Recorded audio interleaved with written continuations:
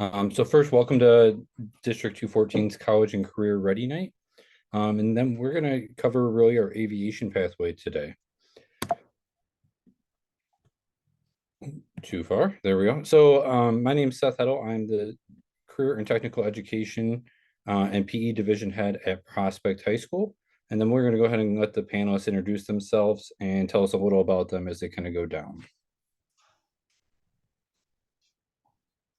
I'm up first on the list, so I'll go ahead and introduce myself. Hello, everybody. My name is Scott Ferris. I'm a director at United Airlines over the what we're calling the Calibrate program.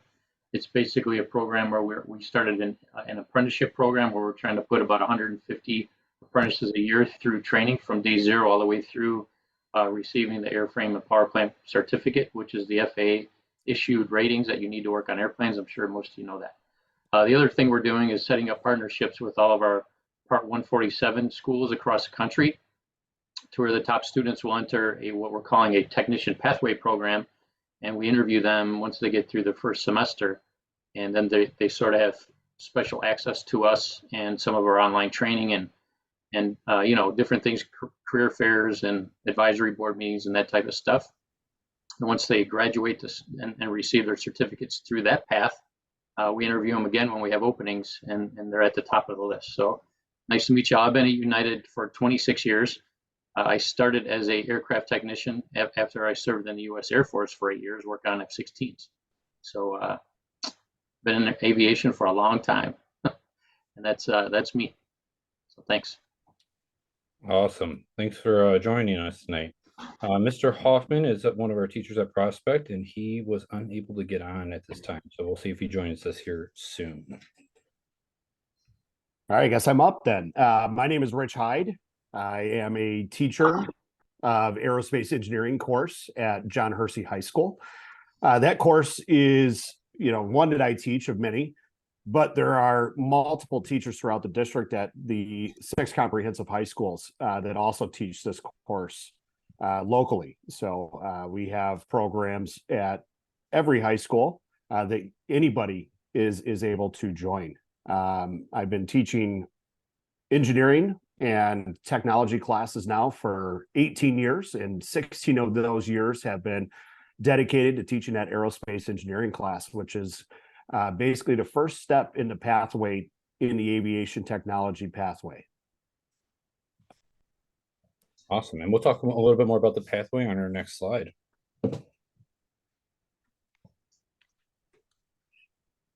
All right. Good evening, everyone. My name is Shannon Baines. I'm a student at Wheeling High School. I'm a senior, so I'm the class of 2024, and I'm here representing the District 214 Aviation Academy. Awesome. Thank you so much, Shannon. Appreciate you hopping on here. All right. So our aviation pathway. Mr. Hyde, you want to walk us through that a little bit, and I'll chime in a little as well? Absolutely. I appreciate it. So our aviation pathway can start, as you see under the 9 in the top left corner of this slide, with a couple of classes, whether that be the automotive systems class or the project lead the way engineering essentials class. So both of those classes are very hands-on, but in very different aspects. You could probably tell, automotive systems, you're learning to work with automobiles, being able to do basic things like oil changes, tire changes, and then getting into the systems of electricity, the systems of drive and maintaining all of those systems. The engineering essentials course, again, very hands-on, but more of an engineering pathway. So that it has in mind of, building and constructing robotics. We also dive into a little bit of aviation, a little bit of civil engineering, things like that. So that can be your first year exploration in getting you prepared to then take aerospace engineering during your sophomore year. Now, that doesn't mean you have to take it sophomore year. You can definitely take it junior or senior year. I've got many students that are in that aerospace engineering course that are upperclassmen, but that is really the stepping stone on your way to getting to that aviation academy, as you can see over to the right side of that line under number 12, which maybe Shannon can talk to more in a minute. But as far as aerospace engineering goes, don't let that engineering term scare you. It's really a great hands-on course where you're learning many things to do with airplanes. So right now, my students are learning how to fly and navigate airplanes. We've got several yokes that the students are going to use with a flight simulator program that is installed on the computers in the school. I know that some schools also have standalone flight simulators that the students are able to use in that course as well. Again, preparing you to be able to go out and fly. Then we get into the engineering concepts behind how airplanes fly, how we can create lift and things of that nature. Really diving deep into the airframe, design of the airframe, which is a very key component for students that are interested in maybe going off into the aviation maintenance technology degree path once you graduate from high school. And then after we talk about airplanes, we send you out into space. We load you up in a rocket, and we discuss how we can get to space in rockets, and then how we can have equipment and people survive in space in that class. So maybe Shannon can talk a little bit more about the Aviation Academy, since again I don't have much experience being on that side of the pathway. Thank you, Mr. Hyde. Yep. Yeah, so Ollie's talked about I've taken the aerospace engineering class in my sophomore year too. I would say it was a very fun class. But more specifically about Aviation Academy, it's one of those classes where it's preparing you to officially get started with FAA related stuff. So it's split into two subclasses. So the first one is ground pilot training. So that's training you to take the ground pilot test for the FAA before getting your private pilot's license. And the other side is aviation maintenance. So I'm not very familiar with that. That's the other class. I'm taking the ground pilot one, but it gets very in depth into everything you really need to know about airplanes, such as aviation physics, how to control the airplane, FAA rules and laws. It's a very in-depth course, and since it's also ran by Lewis University, a lot of the stuff we encounter in there through like the tests and assignments, those are stuff that you would encounter through an actual ground school. So it's something that really gets you that push forward into FAA related stuff. Awesome. Thank you, Shannon. A couple key points there. I just want to make sure Mr. Hyde did touch on it. This is not necessarily always a perfect linear pathway. We have some students that have to pop in and out during different times. You can also enter it really at any time. But for the College Aviation Academy, that is an application process. So the more of the pathway you have, I'm going to say the more hireable you really are for that program, and gives you that experience. So, and then Shannon hit on that the Aviation Academy is actually two different paths. There is the ground school, which is more of a pilot position, and then the mechanical side, which is more the repair and maintenance of the machines. So, which both sections run currently. So, all right, let's go to Scott here. If you could just describe what a typical day would look like in your world from the aviation standpoint. Sure. Well, first I want to say this program you guys have is amazing. Just from hearing the intro on what you guys are talking about, and I really hope a lot of the students are taking advantage of that. I had nothing like that when I was a kid. I had to pretty much figure out the pathway on my own. So it's really awesome that you guys have these really well developed programs. Aviation is a very, very high demand career field right now. Boeing, which is an aircraft manufacturer that I'm sure everybody's aware of, they release a report every year called the Boeing Pipeline Report. They just came out and stated over the next 20 years, this is worldwide, we're going to need over 600,000 technicians to work on all the different aircraft, helicopters, drones, electric airplanes, supersonic airplanes, which United's buying. We're planning on flying electric airplanes and supersonic airplanes, all this really cool stuff in the next 5 to 10 years. But 600,000 new technicians are needed. On the pilot side, it's pretty close to that. It's about 20,000 less. But between pilots and technicians, huge demand for both of those careers. So I can tell you right now, anyone that's getting in at this age, you're going to have a long, fruitful aviation career. And I can tell you, the salaries that they're offering now at the major airlines is huge, really huge. Technicians, for example, at United, they top out at 5 years. It's a union progression at United, but it's over $60 an hour. I mean, a lot of our technicians are making $150,000, $200,000 a year. You know, they get, once you build up your seniority, you get to pick, you know, what shifts you want, which crew. You know, you could just at O'Hare, right? You could start at O'Hare at the terminal. You can start at the hangar. You can start a midnight shift, afternoon shift, day shift, all depending on what your seniority holds. But it's just a normal day at the office, really. When you show up as a technician, you'll either be at the terminal or and they'll assign you some gates. You know, the B or the C concourse. I'm sure you all been there if you flew in and out of O'Hare. And you'll be assigned to a couple gates, and whatever airplanes come in and out of that gate, that's your responsibility. The plane's broke, you have to, you know, you communicate. You have to make sure the plane's legal to fly. Obviously, airworthy is a big part of what we do. Documentation is a big part of what we do. Or if you're in the hangar, right, that's where the broke planes really go, that are hard broke, that cannot fly, not safe to fly. We send them to the hangar, and sometimes the plane could be fixed in 2 hours. Sometimes it takes 2 days or 2 weeks, just depending on how broke it really is. There's hundreds of miles of wires on these airplanes. So anybody getting into the electrical world, especially the engineering piece like you're all talking about, very, very good skill to have in aviation, because you can have one of those hundreds of miles of wire just nicked a little bit, and it could shut down an entire system on an airplane. And now the technician has to go and find where that cut wire is, or it could be a ground, or it could be a million different things, you know. So I've been pretty lucky. I was an F-16 technician in the military. I was able to travel around the world. You know, even in the Air Force, if anyone's thinking about the military path. You know, I went straight out of high school into the Air Force. And once you get through all your school and your technical training, it was like a normal day for us. You know, you show up at your shift start time, and again, you're assigned to specific airplanes.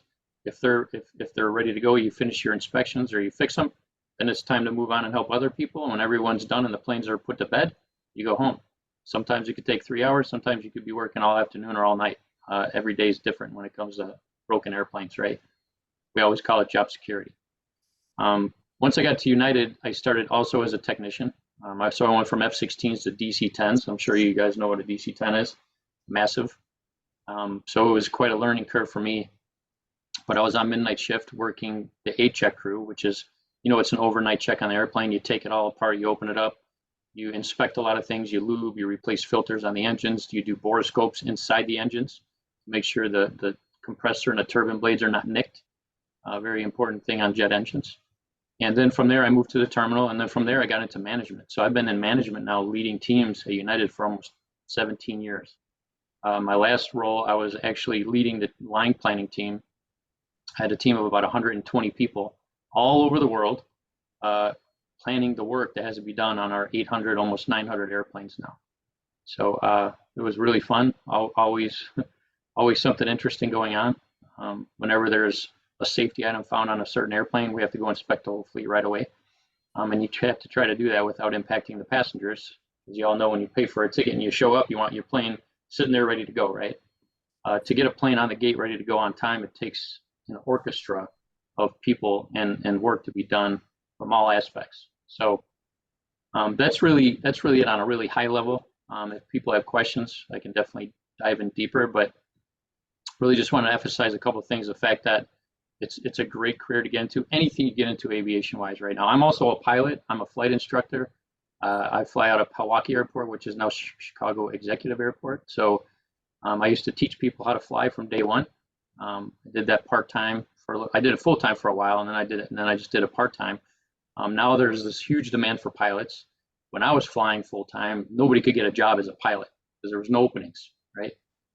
Now there's huge demand for pilots, and everybody's trying to poach all the new pilots that are coming up. So, and the same thing's happening in the technical world. So any way you go, engineering, pilot, technician, safety, quality control, quality assurance, there's a non-destructive inspection, there's just a million different paths you can take in aviation. It just depends on where your heart is, you know. So I really just wanted to make sure you all understand this is the best. I've been in aviation, like I say, now 33, 34 years. This is the best time to get into aviation by far that I've ever seen. Awesome. Thanks for all that. Um, Real quick, we just had one of our other instructors hop on, Mr. Hoffman. Can you just do a quick little intro on yourself?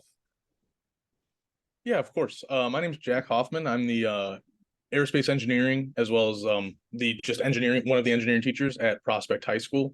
I've been there for 2 years, and honestly, speaking from the heart, the aerospace engineering class is one of my favorite to teach. The students are great, and it's a really cool course in general. So there's a little introduction about me.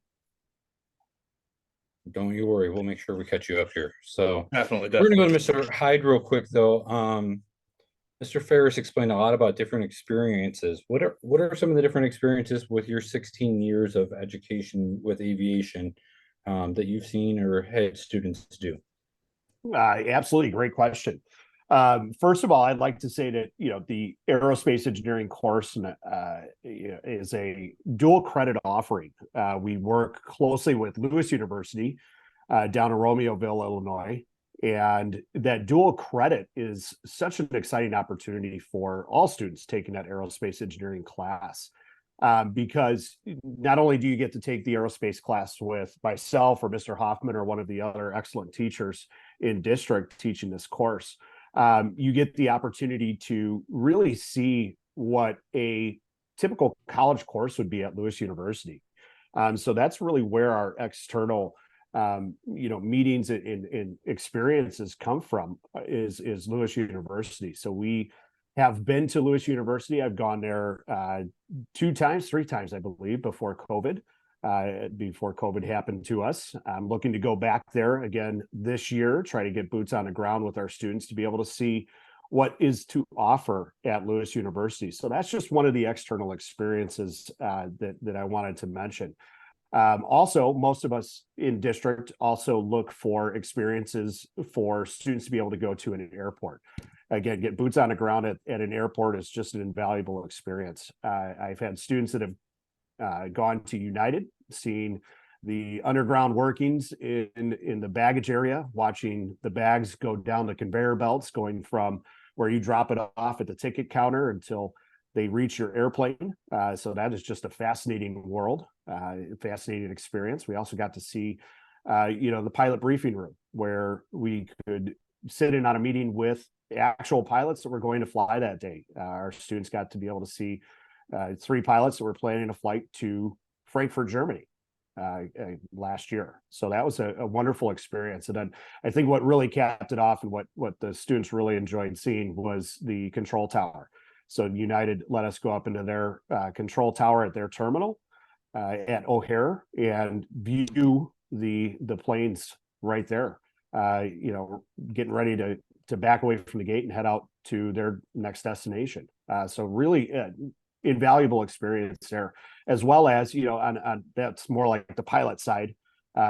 With the technician side, we also have a field trip set up through American Airlines where we go to their hangar at O'Hare and get to walk around and climb around some of the airplanes that they are working on currently. So last year we got to climb around inside of a 737, Boeing 737 and an Airbus A320 with my students. So that was a great experience. I know in the past we've been able to climb around in a Dreamliner. That was pretty cool as well. But really seeing that aviation maintenance side of how this whole field really is tied together, with many different backgrounds and many different people. One of the people on these field trips was saying that there are somewhere around 80 people that are involved in every flight that leaves the ground.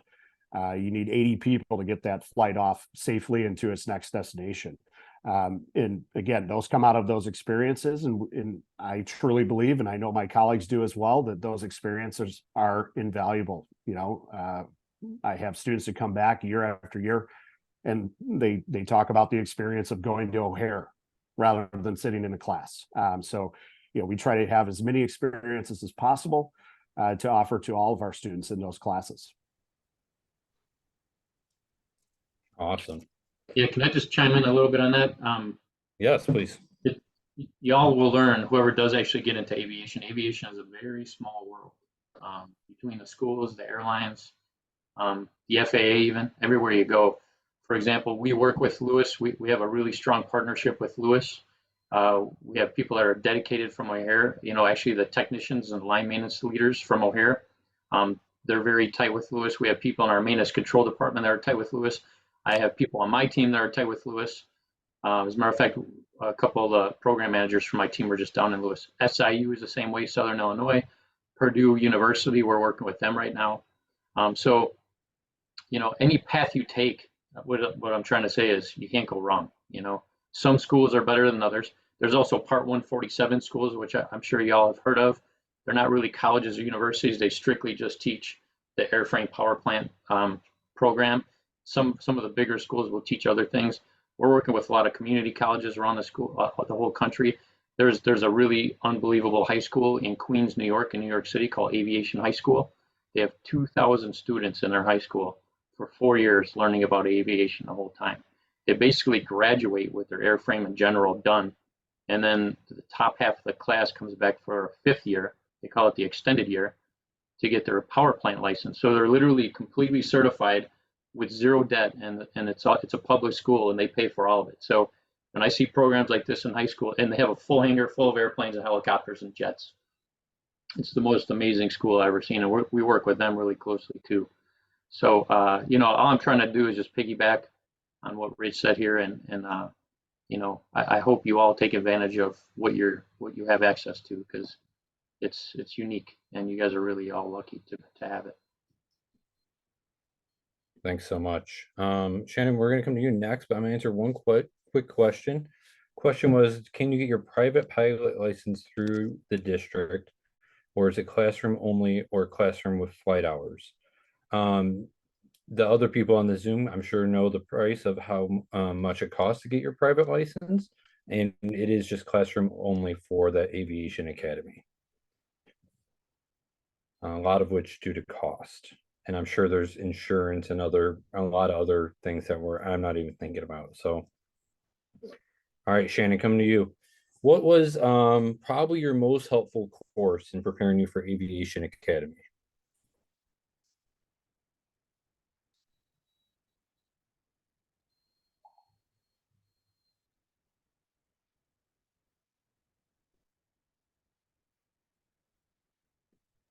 Hi, sorry, could you repeat the question? What was in high school, what did you think was your most helpful course in terms of preparing you for Aviation Academy? Yeah, so Aviation Academy, of course, is a senior level class.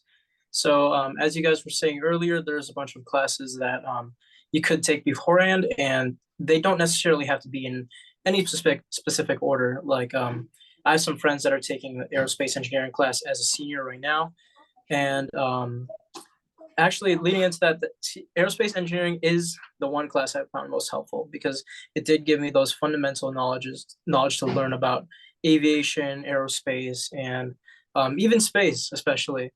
But a lot of that does help me go throughout the curriculum of Aviation Academy, because as it's a college level class, so don't get me wrong, it's quite challenging at times. So having that fundamental knowledge from aerospace engineering does help me in Aviation Academy.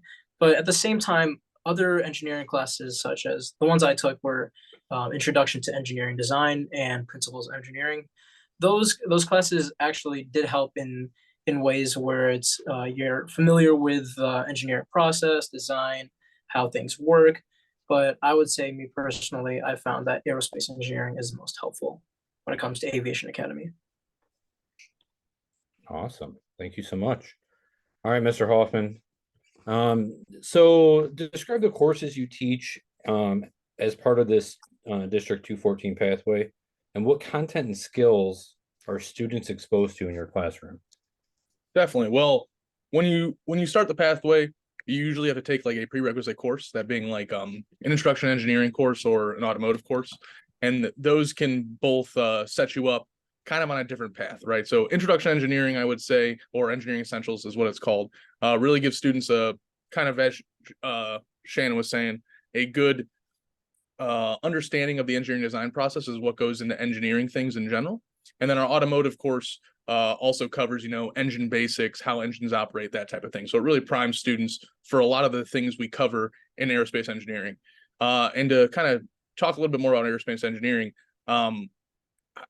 like I said, I've only been teaching it for 2 years, but in these 2 years, it has shown me that it's a very broad course, right? There's a lot of different things in aerospace engineering that students get exposed to, a lot of different aspects of the aerospace field. So we cover things, like the general parts of an airplane, flight control surfaces, how planes work, how the physics behind planes work, to get students a baseline understanding of that, because many of them come in to the class not understanding how an airplane, generates lift and creates drag as well as that. Then students get experience actually piloting aircraft. We do have flight simulators at the school, and they're pretty, one-to-one. It's not like, you're in the big, giant, multi-million-dollar Boeing flight simulator, but I think it does give students a good experience into understanding what controlling an airplane is like, what being in the cockpit is like, as well as understanding how to map out a course for an airplane using things like VORs and other, navigation aids.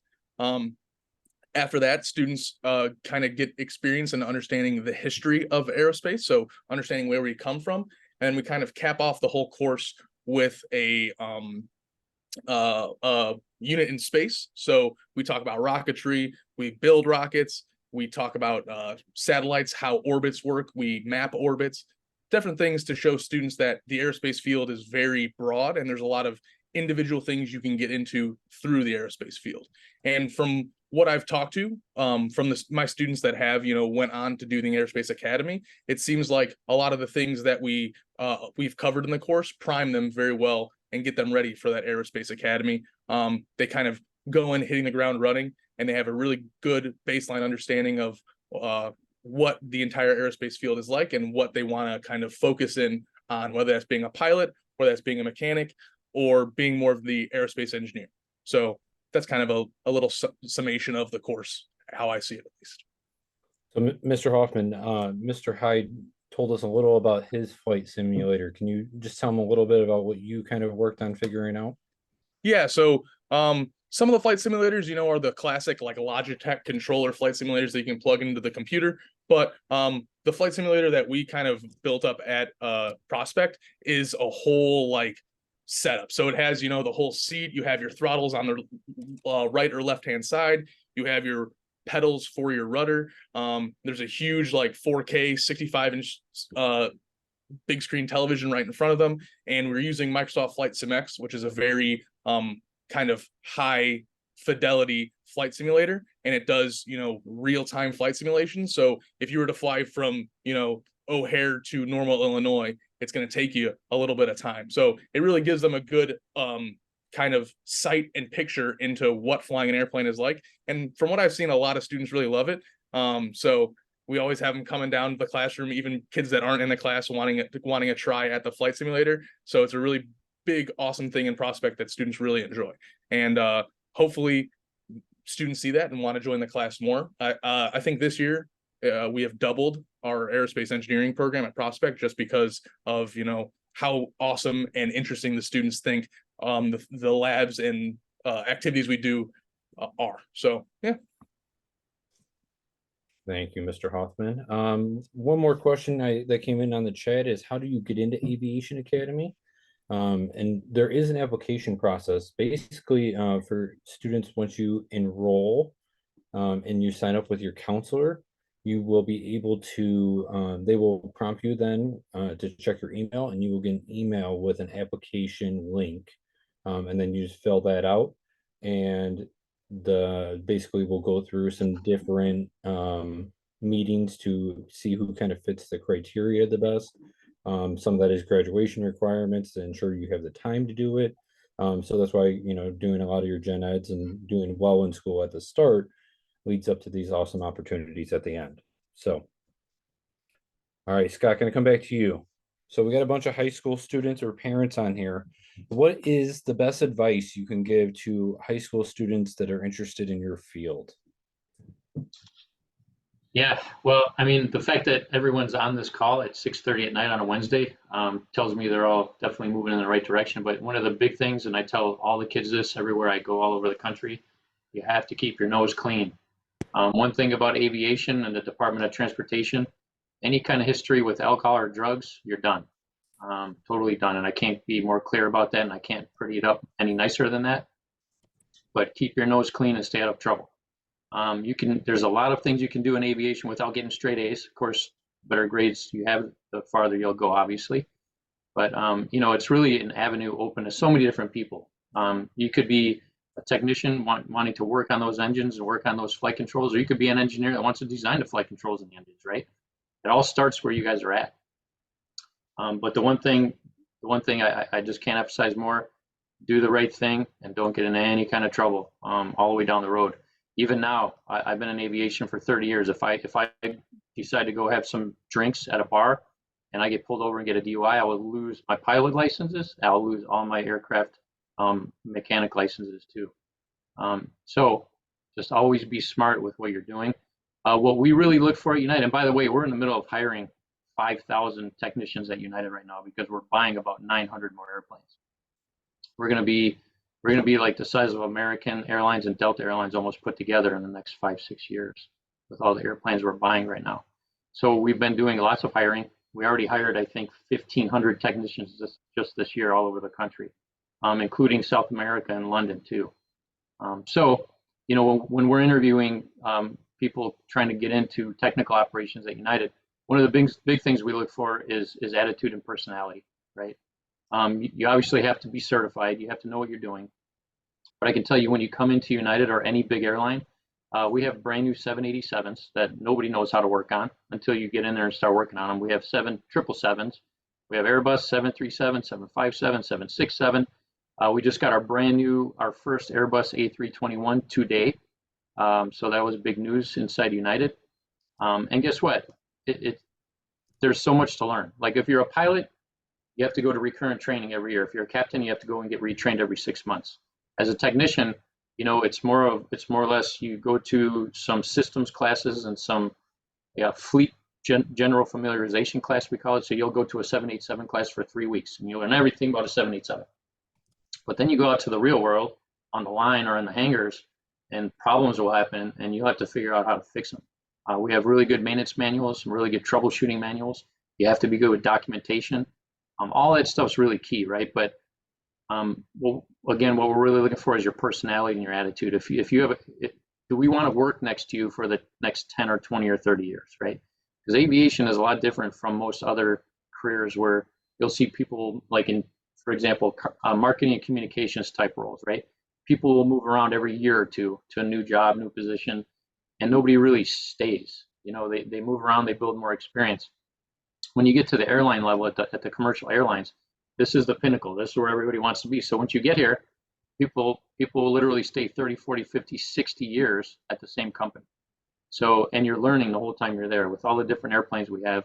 It's a never ending journey on how much you can learn. And it's up to you how much you learn. Like this Aviation Academy, learning about rockets and satellites in orbit. That sounds really cool to me because I don't know anything about that side of it. That's all kind of stuff I wish I could go back to school and learn about, But hopefully that answers the question. And, I'm here if you guys have any follow-ups. Oh, that most definitely does. And this is I'm going to say is kind of our last question besides anything that gets typed in. And I go through basically every person on here and kind of what their advice for high school students is in regards to this pathway, because that's why we're here, is for you guys. So we're gonna go to Mr. Hyde again. And yeah, just what is the best advice you can give to a high school student that wants to get into this pathway? Yeah, great question. I think, echoing what Mr. Ferris was just saying, be ready to be a lifelong learner. And that really boils down to trying to find as many experiences as you can to really find your passion. I try to tell that to my students as much as I can. Really look for that passion. And obviously you being here tonight, there's a passion for something aerospace or aeronautical, and really just continue to explore those topics in school. Certainly try to take one of these courses that are offered to you to really, again, try to narrow down what that passion of yours is going to be. While you're in class, continue that exploration. You've got to try. It is, I guess, paramount that you have to be able to be willing to try something new and step outside of your comfort zone. I've got many students that have never seen a yoke in an aircraft, and when I put them in front of a yoke, they're eager to try and get behind that thing and really try to pilot this virtual aircraft. And along the way, you're going to encounter failure, and that's okay. You need to be ready to encounter that failure and then try to problem solve your way around that failure and lead yourself to success.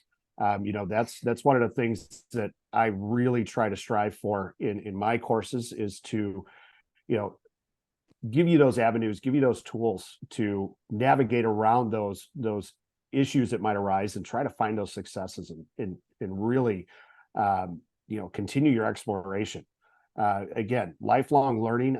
I really have to, come back to that, because as Scott was saying just a moment ago, you're going to have to train in the aerospace industry, whether you want to be a pilot, whether you want to be a technician. You're going to have to train on a yearly basis. I've got a very close personal friend of mine who is an aviation technician, and yeah, he is constantly at school, learning new things, learning new aircraft to again lead to more successes in his pathway. So, lifelong learning. Awesome. All right, Shannon. Well, what is the best advice you can give to, let's say, freshman Shannon, on what you could do to be best prepared for Aviation Academy? Yeah, so definitely the advice I would give to you is talk to people, like you guys said. Like there's gonna be a lot of things to learn, a lot of new people to meet, and especially to your aerospace teacher, if you're taking that class, you can definitely talk to them, because they're gonna know people who have worked in the aviation field, whether it be maintenance, piloting, instruction, and there's just so many things you can get to. So like Mr. Hyde, what you're saying, find your passion. There's so many things you could do with aviation other than just maintenance and piloting. It could be servicing, so like working as a flight attendant in airlines. Could be being a mechanic, fuelman. There's so many things that you can do, and especially I'd say when you do go to Aviation Academy, that spectrum opens up, because you're based at Milwaukee Airport, so you can talk to a lot of people. The instructor for Aviation Academy, especially Mr. Dodlin, he knows a lot of people over in the private the private businesses that are based at that airport. So you can definitely talk to them to see, like, like what are things I can get started here, and especially volunteering your time. Like that's how you gain experience. You can volunteer your time through internships, whether it be helping out around the airport, and that's something you can definitely do. But if you're a freshman, definitely start thinking about that, because that's something that's not open to everyone who goes to high school, especially District 214, because District 214 is a very rich and opportunity district. So I definitely want to take advantage of that. Thank you very much, Shannon. All right, 30-second version of best advice, Mr. Hoffman. My best advice, I would say, to any student wanting to join, any program at D214, let alone the aviation program, is don't be afraid to ask questions, right? If you don't know the answer to something, if you feel like, oh, I don't want to ask my teacher this question because he's going to think I'm dumb, or he's going to, not believe in me as a student. That's what we're here for, right? We are here to kind of illuminate those questions for students. Even if I don't know the answer, right? I will get you to the resources that allow us to come to the answer. So always be asking questions, always be, thinking, what should I do next? How can I prepare myself for this aviation academy, if that is your goal, or how can I prepare myself for an aviation career outside of doing the aviation academy? So never be afraid to ask questions, and that's what we're there for as teachers. So that would be my best advice. And that's coming from a District 214 alum right there from John Hersey High School. So, all right, a couple questions here to ask. Let's see here. What is the and this might be a Scott question or Mr. Hyde. I'm not 100% sure. What is the most popular career in aviation? That's a good question. That's a really good question. You know, like everyone's been saying, there's so many different paths you could take. Air traffic controller for one thing, right? There's at any you guys can find websites, live ATC websites, and you can see thousands of airplanes in the air just over the United States all day and all night. People have to be on the ground controlling where those planes are flying. That's a big career field. It's high stress, but it's fun if you like to be in that high pressure environment, and they get paid really well, right? Um, Obviously, the stuff that everybody knows about is the pilots and the flight attendants. That's because that's what everybody sees. Everybody sees the pilots and the flight attendants. There's a lot of people that are just at United Airlines. We probably have 50 or 60 different different actual positions just within tech ops that all are around making those planes fly safely and on time. You know, uh, what I tell people is if you want to start at the mechanic level, at the technician level, we don't even call them mechanics anymore. They're called technicians now, because these planes are all computer and they are all wires. It's not like in the past, like with the Cessna 172s, everything's really basic. These planes are so advanced now. There's hundreds of computers on every airplane. So if you know electricals, if you know mechanicals, sky's the limit for all of you. That's all I can tell you. You can pretty much do anything you want. But the big to answer the question, I would say the big stuff is the aircraft technicians, the pilots, the flight attendants, the ramp people too, the people that are loading all the bags on the airplanes. It's a very physical job, but I know a lot of people have been United for 20 and 30 years, and they have 2 houses and 4 cars and kids in college, all because of loading airplanes with baggage. Believe it or not, you know. So sky's the limit, really. I think we're all echoing the same message on that one. Thanks so much. Just real quick, if I could just jump in. Yeah, I think from a student perspective in my aerospace class, I would say, probably 80% of the students walk in thinking they're going to become a pilot. The other 20% are aerospace engineering focused at day one. But going through the experience of the class and having these external experiences in going to the airports, that pilot outlook really shifts. And of those 80% of kids, I would say that probably that pilot outlook jumps down to about 50%, and the other 50% see some of the other really cool things like Scott was saying, air traffic control and aviation maintenance as well. So it is a great class. It does open your eyes. So I very highly recommend, if you can squeeze it into your schedule, definitely do it. Yeah, couldn't agree more. And a couple of things I did forget to mention, 2 career fields that we're searching for right now is, when you guys are at the airports, if you ever, I don't know if you have all flown ever, but around the airports, you see lots of moving vehicles, right? And we have a lot of United technicians that we have de-ice trucks that have to de-ice the airplanes in wintertime, right? Those trucks require a lot of maintenance. All the baggage carts, all the tugs, all the tractors that push the airplanes in and out of the gates, all those have to be maintained by vehicle technicians. So they're not aircraft technicians, they're vehicle technicians, right? And then there's the people that manage the facilities, the air conditioning, the furnaces, the heaters, the jet bridges, the belt loaders, the baggage system, like Chicago, Houston, Newark. If you guys went downstairs behind the scenes and you saw these baggage systems, they're like the size of a city. They're literally moving 100,000 suitcases a day, and if they break down, the entire airline stops.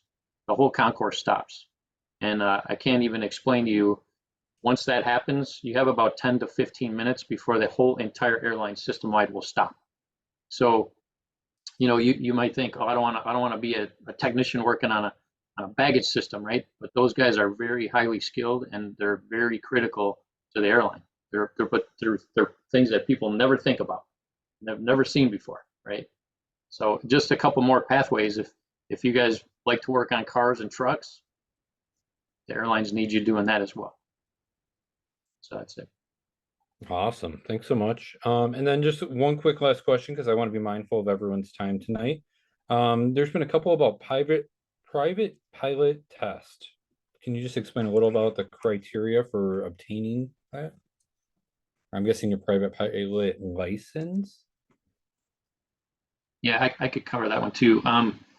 So, when I was flight instructing at Pewaukee, the bad thing about living in Chicago is there's bad weather here a lot. It's really hard to train. You can't train in the winter months. You can't fly the airplanes. You can't fly those Cessnas and Cirrus into clouds in wintertime because they ice up, and you don't want ice on your wings. If you learn about lift, ice is not your friend, right? So I would tell people try to start your flight training in springtime and make sure you have at least $10,000, if not $15,000, ready to go, right? And if you do that and you time it right, you can be done by the end of the year. When people don't have the money, they just have a little bit here and a little bit there.